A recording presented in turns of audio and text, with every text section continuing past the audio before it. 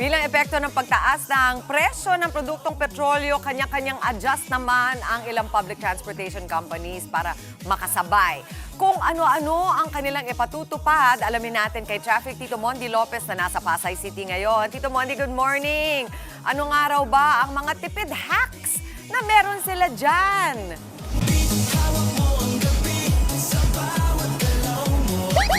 Yes, Mami Gigi, it's Friday. Masaya tayo. At ang sayo natin, yes, it's Friday. Yan, ito na Mami Gigi. Team Commute na uuwi gaya nila. Pakita natin, di ba?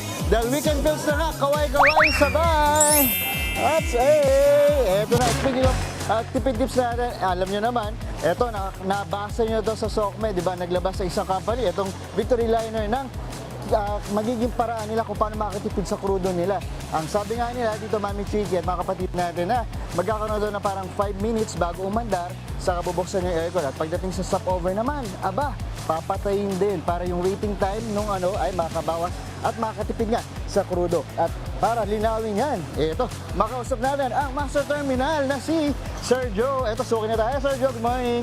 Ay, sir, welcome po from Good Morning Kapatid. Ayan, Sir Joe, kumusta po? Ayan. Sir, diretso na tanong, sir. Tama po, kahapon pinatupad niyo yung pagtitipid po natin, di ba? Naglabas po kayo ng memo na sa lahat po ng inyong mga pasahero. Sir, una po natin pag-usapan yung sinasabi po na yung 5 minutes na lang po bago umandar, saka lang po bubuksan yung aircon. Bakit niyo po ito, sir, naisip po? Yes po, tama po. Malaking bagay po kasi 5 minutes before departure, kahit pa paano makakatipid po tayo sa crude oil or gasolina.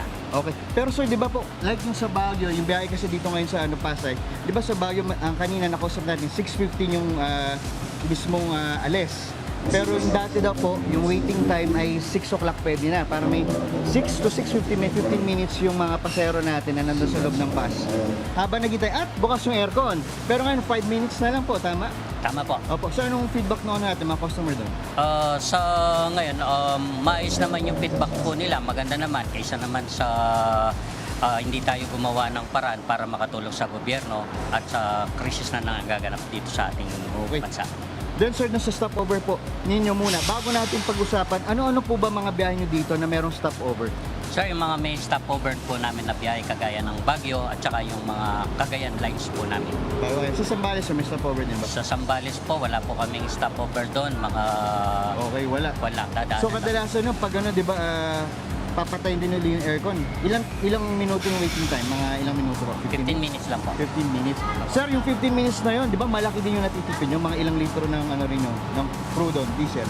Yes, sir, sa tansya ko po, yung matitipid natin, sabihin na natin 15 minutes na umaandar, napatay ang makina, kahit mga kalating litro, makakatipid po yan. Ayan. Sir, sample lang natin, gaya nito po, ano natin, pwede tayong pasok tayo, sir, para ituro nyo po sa amin.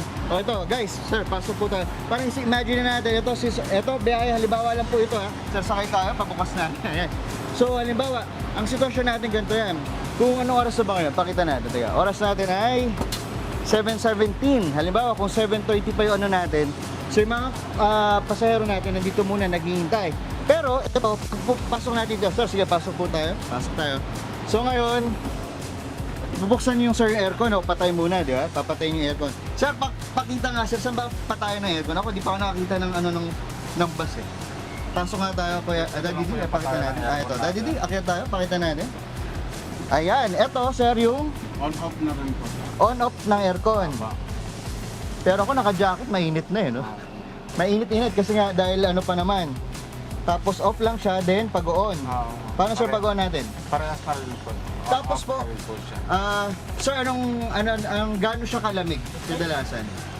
May settings naman po siya para maging malamig. Pero yung simula niya 25. Opo, sir, salamat sir. Babalikan ko lang si sir. Sir, itong setting natin, di ba parang automated ba yan? Hindi siya yung manual po, di ba? Hindi po.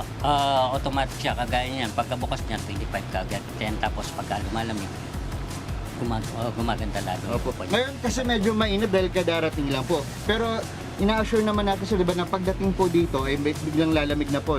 Parang yung 5 minutes na umakit ng mga biyahero malamig na. Tama sir? Opo, yung kagaya niyan, sir. Naramdaman mo na kagad. Malamig na. Lang. Oh, ang lamig.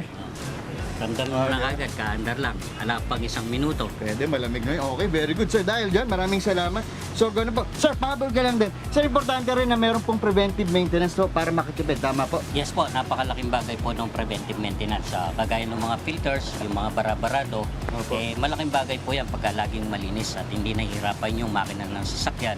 Nakakatipid tayo sa krudo dahil doon. Ayan. Sir Joe, dahil dyan sa mga tips mo na yan, eto sir, bunot ka muna bago tayo nag-bus. Ayan, kapain mo muna sir. Ano nakakapama mo sir? Parang wala. Ay, wala ba? Ba't nawala? Dinero yan sir, binili ko kanina. Parang- Ay, ito pala sabi. Ay, kasi ang lamig kasi, nag-freeze tuloy ako. Ito sir, ayan, bunot kayo sir. Mali pa lang bulos.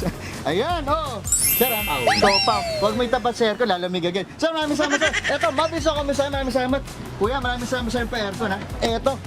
Di ba, pa-shop tayo. Mabilis ako misala sa mga pasero natin. Eto na, sino kaya? Pwede natin matanong.